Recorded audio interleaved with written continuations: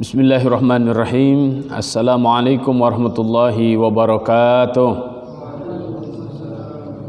Sehat semuanya? Alhamdulillah. Alhamdulillahirabbil alamin. Assalatu wassalamu ala asyrafil anbiya'i wal mursalin wa ala alihi wa ashabihi ajma'in. Asyhadu an la ilaha illallah wa asyhadu anna Muhammadan abduhu wa rasuluh alladzi la nabiyya wa la rasula ba'dah. Faqur rabbi zidni ilma warzuqni fahma. Allahumma amin. Saudara-saudaraku yang dirahmati Allah Subhanahu wa taala, marilah kita senantiasa bersyukur hanya kepada Allah Subhanahu wa taala dengan mengucap alhamdulillah. Marilah kita senantiasa bersolawat kepada Nabi Muhammad sallallahu alaihi wasallam minimal dengan membaca Allahumma shalli wa sallim wa barik alaihi, atau minimal sekali dengan membaca Allahumma shalli ala Muhammad. Dan ketika disebutkan nama beliau, maka kita ikuti dengan Muhammad sallallahu alaihi wasallam. Semoga pada kesempatan kali ini Allah Subhanahu wa taala tambahkan ilmu, tambahkan pemahaman kita tentang agama kita, terutama tentang salat. Pembahasan kitab Safinatun Najah pada kesempatan kali ini kita akan lanjutkan di halaman ke-18. Kita mulai dengan membaca basmalah. Bismillahirrahmanirrahim. Faslun, fasal fi mubtilatis shalah, pembatal-pembatal salat. Tabtulus salatu bi arba'ata asyrata khaslatan. Salat bisa batal disebabkan oleh salah satu dari 14 pembatal berikut. Ya, jadi jika ada salah satu dari 14 ini, maka salatnya batal. Bil hadathi, yang pertama berhadas, baik hadas besar, hadas kecil apalagi hadas besar. Yang kedua wabiwuqu'in najasati in lam tulqa halan min ghairi hamlin, terkena najis kecuali jika najisnya itu langsung dibuang dan tidak menempel. Dan min ghairi hamlin, tidak dibawa kemana-mana, tidak nempel. Kemudian yang ketiga wan kisyafil aurati in lam tustar halan, tersingkapnya aurat bila tidak langsung ditutupi kembali. Ya, celananya robek contoh. Ya, robek bagian mananya? Robek bagian auratnya. Waduh, ya, nggak dikancing, nggak diseletingin contoh, kan itu tersingkap, terbuka, batal itu. Ya, maka kalau hendak sholat itu yang yakin dulu bahwa pakaiannya menutup seluruh aurat tubuhnya. Ya. Wan nutqi biharfaini aw harfin mufhimin amdan. Ini ngomong sendiri, ini tiba-tiba ngomong sendiri ya. Imamnya lagi baca Al-Fatihah, dia tiba-tiba ngomong sendiri, apa sih? Nah, gitu. Maka itu batal. Kenapa? Lagi sholat ngomong sendiri. Ya, 2 huruf atau 1 huruf yang bisa difahami secara sengaja itu batal itu. Wabil mufattiri amdan. Yang selanjutnya makan dengan sengaja walaupun sedikit. Ya, wabil mufattiri amdan, makan dengan sengaja walaupun sedikit. Ya, wal aklil katsir nasian, atau makan banyak walaupun lupa. Ini di sini bukan wal aklil katsiri nasian dan makan banyak nasi. Oh, bukan, nasian di sini bukan nasi maksudnya, tapi nasian di sini lupa. Ya, mau ingat, mau sadar, mau lupa, ya batal. Ya, masa lagi sholat makan, ya, ini membatalkan. Kemudian wa thalathi harakatin mutawaliyatin walau sahwan, melakukan 3 gerakan selain gerakan sholat secara berturut-turut walaupun karena lupa. Ngopepang kemana-mana gerakan, gerak-gerak terus. Kalau lagi sholat tuh diem. Ya, ikutin imam, jangan gerak-gerak terus tangannya, kakinya, kepalanya gitu ya. Kan ada orang gitu-gitu terus kepalanya gitu, lagi sholat. Ya, atau ngemainin kukunya dimainin, dilihatin lah. Lagi sholat ini, bukan lagi main-main. Ya, batal kayak begitu. Kemudian wal wathabil fahishah, meloncat, ya. Lagi sholat loncat-loncat, ngapain? Wadarbah mufritah, ataupun mukul, ya. Kemudian waziyadati ruknin fi'liyin amdan, atau menambah rukun fi'li yang berupa perbuatan secara sengaja, ya, goyang-goyang gitu. Apa, ngapain kayak begitu? Karena ada orang tuh di YouTube saya pernah lihat, ya lagi sholat goyang-goyang gitu. Ngapain? Nggak ada contohnya, nggak ada dalilnya. Dalam mazhab Syafi'i jelas kayak gitu salatnya batal. Ya. Kemudian wattaqaddumi ala imamihi biruknaini fi'liyan, mendahului imam sebanyak 2 rukun fi'liyah. Mendahului imam, mendahului lagi, ini haram ini mendahului imam. Imamnya belum ruku, dia sudah ruku duluan. Imamnya belum i'tidal, dia sudah i'tidal duluan. Sekali lagi, ju'ilal imamu liyutamma bihi. Imam itu dijadikan imam untuk diikuti secara sempurna. Ya. Jadi makruh membersamai imam, haram mendahului imam. Kemudian wa takhalluf bihima bi ghairi udhrin, tertinggal dari imam sebanyak 2 rukun fi'liyah tanpa uzur. Ya. Tiba-tiba memisahkan diri aja, ya, ninggalin imam.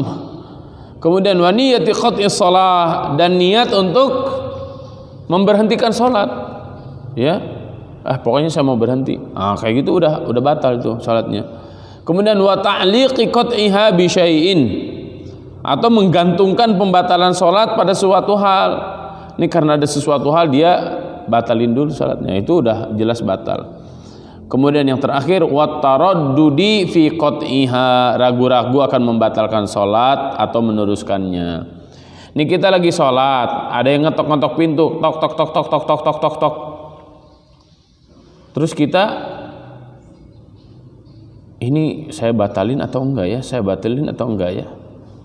Ya. Dalam kondisi-kondisi tertentu boleh membuka pintu tapi tidak berbicara apa-apa, lanjutkan lagi salatnya.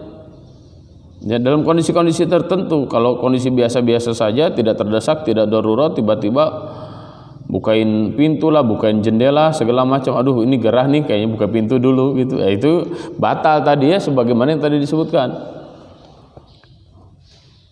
Ya, kemudian kalau dia ragu-ragu, nih saya batalin atau enggak, maka itu keraguan-raguan itu sudah menjadikan dia batal dalam salatnya.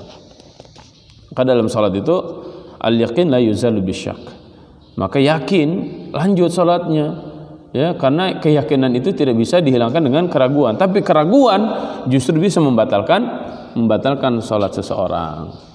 Ya, wallahu a'lam. Ini penjelasan Syekh Salim bin Sumair Al-Hadrami Asy-Syafi'i tentang apa saja yang membatalkan salat. Kan kok di sini tidak disebutkan kentut, pipis, kemudian keluar mani sebagai mubtilatis shalah, kan itu jelas itu hadas, ya, walaupun tidak dijelaskan rinci yang begitu-begitu, kan itu jelas sebagai hadas, ya, hadasnya besar ataupun hadas kecil. Kemudian fasal fima talzamu fihi niyatul imamati, diwajibkan bagi imam berniat menjadi imam. Ya jelas ini kan dia mau jadi imam kan. Alladzi yalzamu fihi niyatul imamati arba'un. Diwajibkan bagi imam agar berniat menjadi imam pada 4 salat. Yang pertama al-jumu'atu, salat Jumat. Yang kedua wal mu'adatu, pengulangan salat jamaah. Yang ketiga al-manzuratu jama'atan, salat yang dinazari yang akan dilakukan secara jamaah. Ini salat nazar. Nazar salat, pokoknya saya kalau gitu ya, kalau anak saya lahir dengan selamat maka saya akan ngimamin salat. Oh, itu nazar tuh jadi imamnya ya. Wal mutaqaddimatu fil matari. Yang terakhir yang keempat, salat pertama pada jamak karena hujan. Salat pertama pada jamak karena hujan. Wallahu a'lam bissawab. Ya. Kemudian lanjut. Faslun fasal fi syurutil mu'tabarati fil qudwah. Syarat-syarat qudwah. Maksudnya di sini qudwah itu mengikuti imam, ya. Ketika dia salat berjamaah. Qudwah itu kan suri toladan, ini maksudnya berjamaah ngikutin imam. Syurutul qudwati ahada asyara. Syarat-syarat qudwah ada 11. Yang pertama, an la ya'lama butlana salati imamihi bihadatsin au ghairihi. Tidak mengetahui batalnya salat sang imam baik karena hadas maupun sebab yang lain. Kita yakin bahwa imamnya suci, ya, tidak berhadas. Wa an la ya'taqida wujuba qada'iha alaih. Yang kedua, makmum tidak meyakini wajibnya imam mengqada, mengulangi salat tersebut. Ya, tidak sedang mengqada salat, tidak sedang mengulangi salat. Jadi memang berjamaah bareng-bareng sama dia. Kemudian yang selanjutnya, wa alla yakuna ma'muman. 3, yang dijadikan imam bukan yang sedang menjadi makmum orang lain. Ini kan ada imam, ada orang sedang sholat, sedang ngemakmum dia. Tiba-tiba kita berdiri di belakangnya, ngemakmum ke makmum. Ya, namanya makmum itu ke imam langsung. Ya, bukan ngemakmum ke makmum. Kemudian yang selanjutnya, wala ummiyan. Imam bukan orang ummi. Maksudnya di sini ummi ini bacaannya jelek, terutama Al-Fatihahnya. Jangan sampai kita ngemakmum ke orang yang baca Al-Fatihahnya amburadul gitu ya. Bismillahirrahmanirrahim. Kok bismillah? Bismillah masa gitu? Sin. Alhamdulillahi rabbil alamin. Salah bacaannya. Nah, orang tua, Anda harus tahu diri, ya. Syarat tua itu bukan syarat pertama dan utama menjadi imam. Syarat pertama dan utama menjadi imam itu bukan tua, tapi bagus bacaannya, faham terhadap agamanya. Jadi jangan sampai udah mah tua, nggak ngerti agama, bacaannya amburadul, ancur-ancuran, kekeh pengen jadi imam. Ya, ini harus tahu diri. Karena kalau bacaan Al-Fatihahnya saja salah, kan itu wajib, ya kan? Itu sudah merusak kualitas sholat. Bahkan di sini dikatakan, Syekh Salim bin Sumair Al-Hadrami rahimahullah mengatakan, wala ummiyan, dia tidak ummi. Seakan-akan mengatakan kepada kita jangan pernah bermakmum kepada orang yang bacaan Al-Fatihahnya ancur-ancuran. Terus wa alla yataqaddama alaihi fil mauqifi, posisinya tidak terlalu jauh sehingga melebihi posisi imam, ya. Tidak boleh terlalu jauh gitu jadi makmum. Imamnya di sini di depan, mau jauh. Enggak boleh kalau gitu. Atau makmumnya di depan, imamnya di belakang. Ini ngaco ini. Karena masjidnya kecil contoh. Imamnya di depan di sini, makmumnya di depan bangunan di situ. Ya enggak boleh lah. Yang boleh itu hanya di Makkah, di Masjidil Haram. Boleh enggak sholat di depan imam? Boleh enggak sholat di depan imam? Boleh. Kenapa? Di Masjidil Haram kan di depan imam ada Ka'bah kan? Di depan Ka'bah sana ada imam lagi kan? Ada makmum lagi kan muter. Betul enggak? Jadi semua orang menghadap Ka'bah. Boleh kalau itu. Kan muter kan, betul nggak? Ngelilingin Ka'bah. Contoh di sini di sebelah sini imamnya. Berarti kan di depan imam di sini ada makmumnya. Tapi kan ada Ka'bah di depan imam. Ya, halo? Paham nggak? Selain itu nggak boleh ya. Mentang-mentang masjidnya kecil, jamaahnya membludak, saya daripada nggak kebagian saf, saya ada di depan masjid. Padahal imamnya di depan di sini tempat ini, itu nggak boleh. Kemudian wa an ya'lama intiqalat imamihi, mengetahui perpindahan gerakan imam dari satu rukun ke rukun berikutnya. Dia tahu gimana Kang kalau kan masjid ini gede banget. Sekarang mah gampang. Ada pengeras suara. Sekarang gampang, ada giant screen. Ya. Bisa dipasang kamera yang bisa terlihat di jauh di sana. Bahkan di luar di sana. Masjid-masjid besar ya pada momen-momen tertentu jamaahnya membludak sampai keluar-luar. Gimana yang luar itu tahu bahwa imamnya sedang ruku atau sedang i'tidal atau sedang sujud. Maka dengan pengeras suara yang cukup, ya kemudian kasih kamera yang gede sehingga para jamaah bisa melihat gerakan imam. Wa an yajtami'a fi masjidin aw fi 300 dhira'in taqriban. Imam dan makmum berada dalam satu masjid, ya, atau berjarak tidak lebih dari 300 hasta jika dilakukan di tempat terbuka. Jadi imam dan makmumnya harus satu masjid atau sekitar berapa? 300 hasta jika di tempat terbuka. Kemudian wa an yanwiyal qudwata awil jama'ata, berniat mengikuti imam atau berniat mengikuti salat jamaah.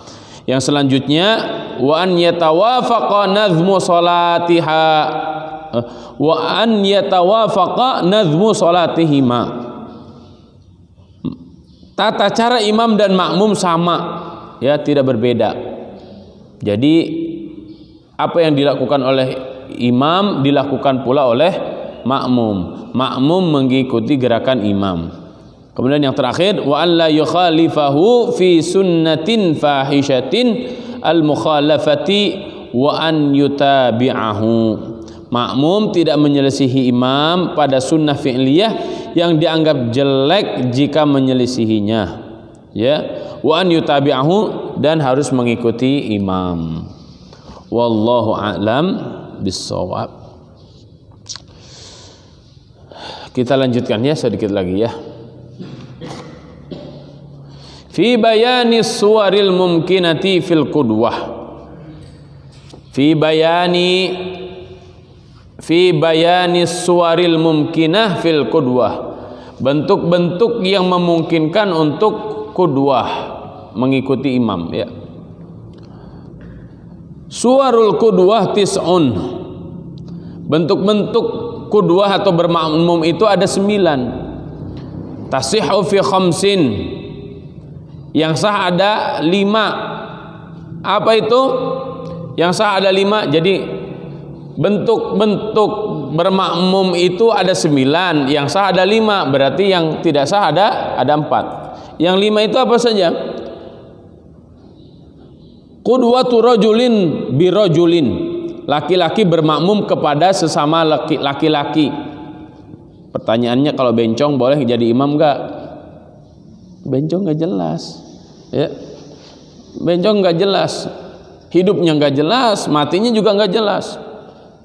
Hidupnya enggak jelas, ini dia laki-laki atau perempuan sih sebenarnya. Matinya enggak jelas juga. Kenapa? Bingung orang nanti nyebutnya almarhum atau almarhumah. Ya, bingung kan? Ini almarhum atau almarhumah. Daripada bingung-bingung, enggak almarhum, enggak almarhumah. Terus apa? Aluminium. Innalillah, Masya Allah, ada manusia yang enggak jelas kayak begitu ya. Semoga para bencong sadar ya. Kemudian tadi apa? Wa qudwatu khuntha birajulin. Nah ini nih, perempuan bermakmum kepada laki-laki. Boleh enggak laki-laki bermakmum kepada perempuan? Enggak boleh. Wa qudwatu imra'atin bi khuntha. Khuntha bermakmum kepada laki-laki. Tadi perempuan bermakmum kepada laki-laki, khuntha bermakmum kepada laki-laki. Khunsa itu apa? Secara fikih khunsa itu ada 2. Yang pertama adalah khunsa banci. Ya, banci alami lah, gampangannya gitu. Loh, kok banci alami? Yang mudah diidentifikasi apakah dia lelaki atau perempuan. Ya, khunsa yang seperti ini mudah sebenarnya. Ya. Dia laki-laki atau perempuan mudah diidentifikasi. Dan yang kedua, yang sulit diidentifikasi, ya. Ini kenapa disebut dengan ada khuntha, ada banci alami dan banci yang sintetis ini. Ini karena pengaruh hormon. Dan bisa jadi kelaminnya itu ada dua, ya. Kelaminnya ada dua, kemudian dia hormonnya lebih berat ke laki-laki. Adakah orang yang seperti ini? Ada. Tapi ini bisa disembuhkan. Kenapa bisa disembuhkan? Karena memang bawaan hormon. Coba, kelaminnya ada dua, ada zakar, ada farji.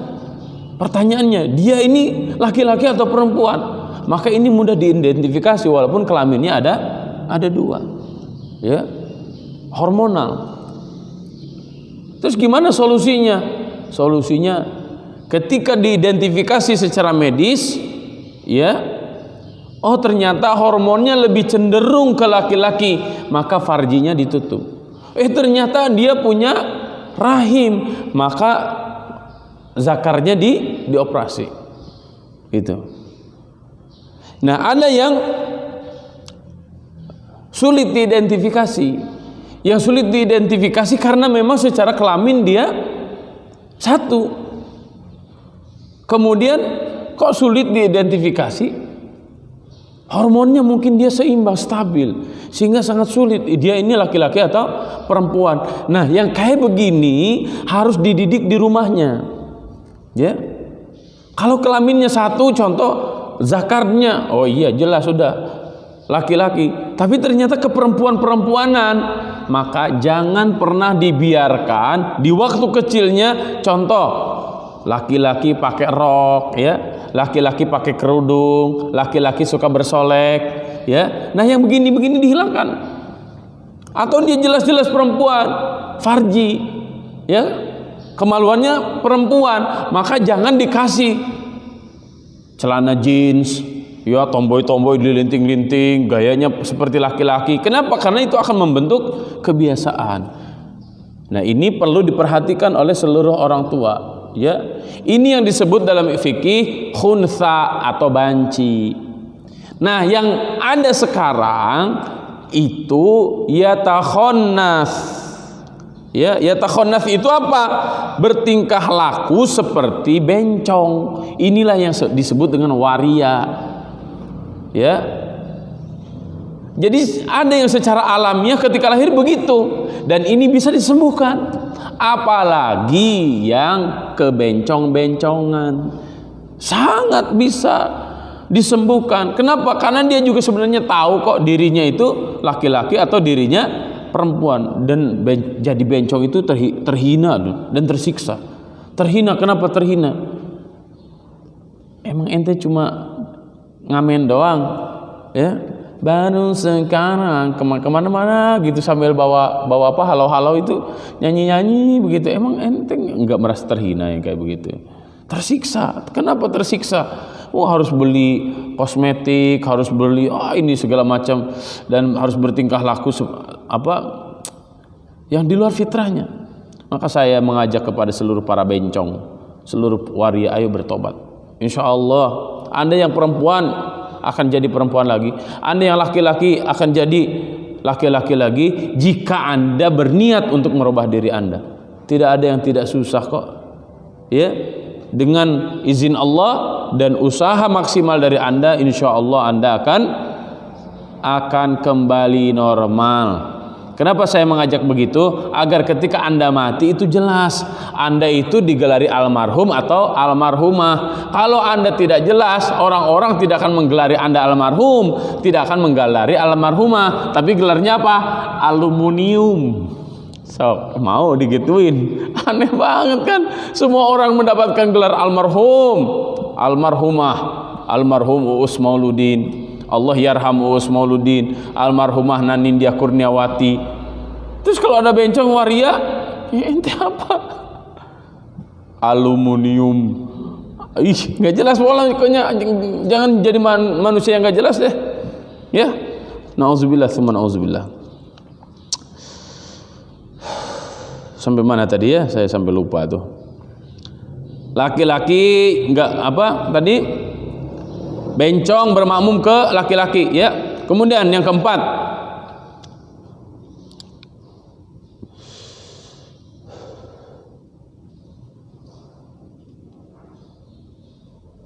wa qudwatu imra'atin bi khunsa, perempuan bermakmum kepada khunsa, kepada bencong.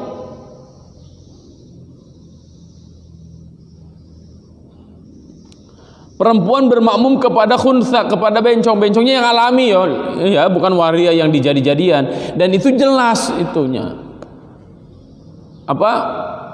Dia memang alamiahnya tuh jelas. Bukan dibikin-bikin seperti kebanyakan orang sekarang.